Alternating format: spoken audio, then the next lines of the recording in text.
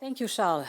It was indeed very good to see how the member states strongly endorsed the package we have brought forward over the last days. It's the package on borders, the package on the economy, on the joint public procurement we have, and of course, including the research part. So it was good to see that it was full approval on the side of the member states. To go into a few of these topics more deeply, indeed, one of the first topics was the implementation of the temporary entry restrictions on the external borders. So we got a lot of support by the member states. It's up to them now to implement. They said they will immediately do that.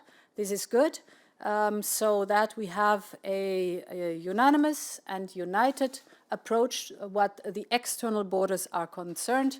There was a lot of approval what our proposal is concerned. A big topic today were, of course, also the internal borders and consequently the blockages there. And here it is absolutely crucial that we unblock the situation because we know that too many people are stranded within the European Union and have a problem to go back home. They have to be supported to go back home. And of course, we have a lot of traffic jam of lorries transporting goods. The flow of goods has to be swift. We need these goods for the functioning of the internal market. And therefore, there was a broad welcome concerning the guidelines we issued yesterday, that were discussed yesterday in the Council of the Ministers of Internal Affairs. So big approval for the so-called green lanes, fast-track lanes, mainly for the flow of goods. But we have also to make sure that the commuters can go back and forth where they live or where they work.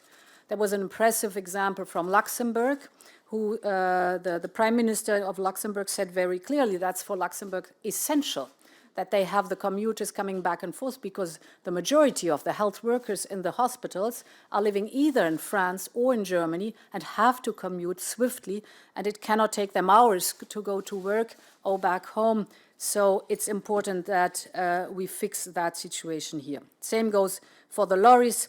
My commissioners are in constant contact with the respective ministers of the different member states that we solve that now. We have the guidelines, there was approval for the guidelines, and they have to be implemented now.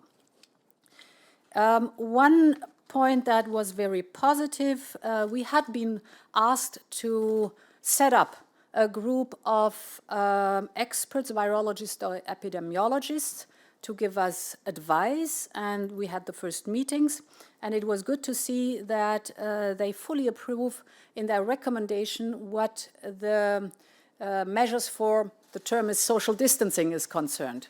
So it's absolutely correct on this evidence-based and scientific-based approach to have these measures to slow down the spread of the virus, to make sure that we have no public gatherings, that universities and schools are closed, that entertainment places are closed, because we want people, in this case, not to have contact with each other so that we can reduce the speed of the spread of the virus and therefore reduce the pressure on the health sector and the patients that have to be treated.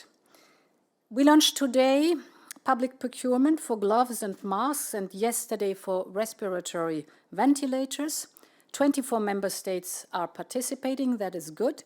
The companies have now 6 days to tender, and then the member state can immediately sign up the contract the day after the tender is closed within the next 6 days. We are working also with the industry throughout Europe to ramp up the production of these scarce goods, so concerning the personal protective equipment, but also the ventilators that are desperately needed. And finally, on Friday, indeed, we launched a strong economic package. This too was unanimously endorsed by the member states. Friday feels already quite a while ago, because since Friday we see that things have gotten even more serious. The situation has worsened.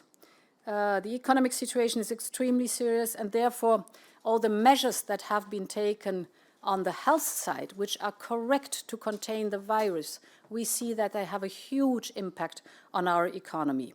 This is an external shock, and it hits the whole world. We have never had that before.